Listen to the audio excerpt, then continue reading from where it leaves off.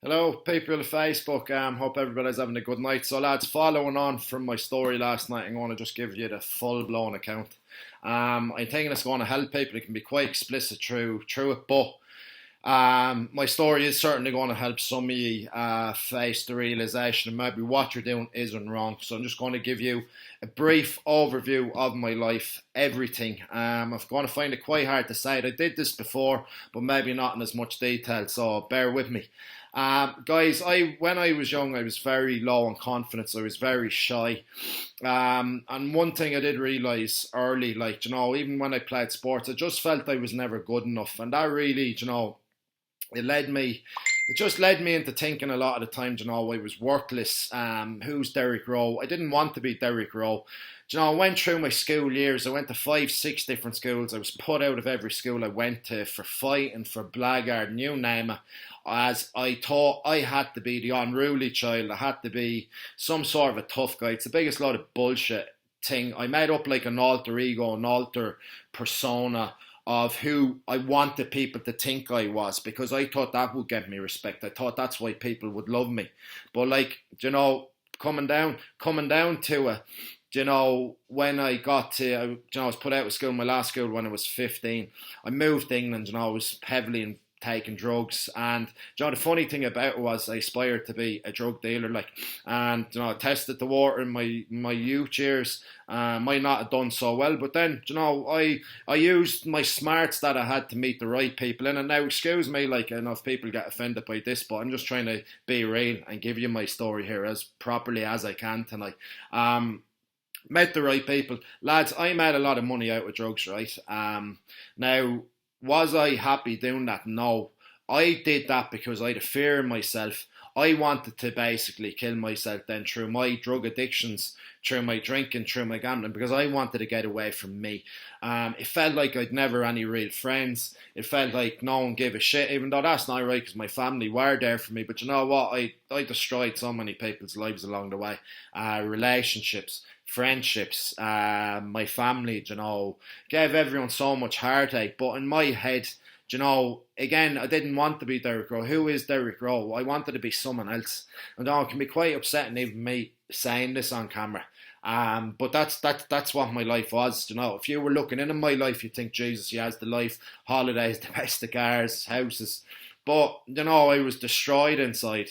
And, came to a head, lads, where any money I made by the end, I wanted to give it away. I blew it. I fucking did everything to get away from it till I got into gambling. I only got into gambling at 26, casinos, mainly cards, roulette. Lads, I went through an astronomical amount of money in a year and a half because it was self-sabotage. Anything good in my life, I had to snap. That money was shit money. I was always had guilt. I always was going around depressed, low energy, even though I was in and out of the gym, in and out, I was always a decent sports player, but it was wasted potential I found, and it used to kill me. I was an insomniac thinking a million things in my head. Why did I do that? Why did I do that? And it was just an absolute nightmare to live on. And eventually, I ended up, I was back 28 years of age living in my mother's house. Lads, I couldn't get out of bed for days on end. I was like a little rat walking around the house. My mother cooked me dinner. I couldn't look at them in the eye because I felt so shitty about my life. If I did get up, I'd have tears in my eyes. I go walking on the beach and I seriously asked myself the question, is this worth it? Is this life worth it? And I didn't have a way out. I didn't know there was a way out until I was getting in trouble with the law a lot. I was just absolutely crazy life. And one day I turned around and asked the probation officer, said, listen, can you help me? Because I don't know what I'm going to do to myself realistically. So I got into treatment for a month. It wasn't enough, so I ended up down in Waterford here then in a halfway house, lads, for 8 months. And this is where I suppose I started my story last night.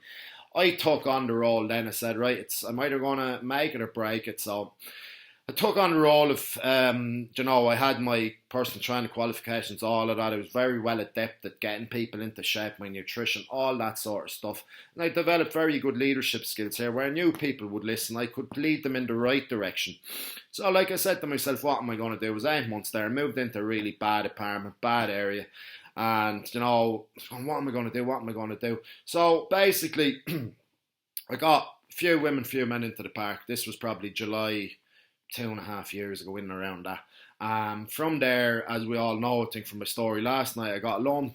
I banged on the Vincent Doors local charity for a good 10, 20 times. Oh, and they gave me a loan of €400, and lads, the gym I got at the time, and I know a lot of you know listening, it's totally different. Like, it was as I said last night, you wouldn't put a dog in it. But you know what? I had my vision, I had my goals, and I was going to do that. I persisted where most 99% of people would have gave up. I wasn't making any money. I had just about enough money for food, rent, and electricity. I had no TV for a long time.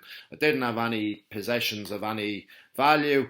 But you know what? I had myself. I had my newfound life. I had my personality to work from, and my leadership skills, and my skills in training and nutrition, and I used them to 100% of my capabilities. Where people saying, Derek, you're mad for doing this. There's no one going into your gym. You're doing these classes. You're over delivering, which I did. I over delivered and got serious results.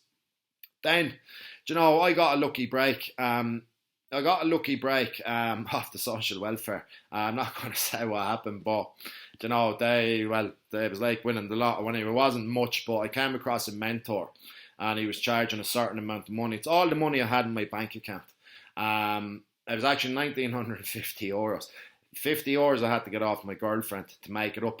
As I said, I had enough food, and that was it. I had to make it work, and lads, I fucking did everything. I made that work. I worked from 5:30 in the morning till 10:30, 11:30 every night for 2 years, and I still do it. I might not be doing it consistently, but my least amount of hours in a day is 12. My max will be 16, 2 or 3 days a week. Why? Because I love what I'm doing. I'm helping people. I'm leading people in the right direction. I'm giving them a new life where they can teach their kids their better relationships, more confidence, better opportunities, business, jobs, you name it. I have been able to help and lead people in a way where, and I'm not bigging myself up here, but it's from my experience that I never want to go back. And when I see it in people, I want to help. So here I am sitting here now, and I hope you take something out of that. It was quite explicit, but you know what? Fuck it, that's me. Thank you.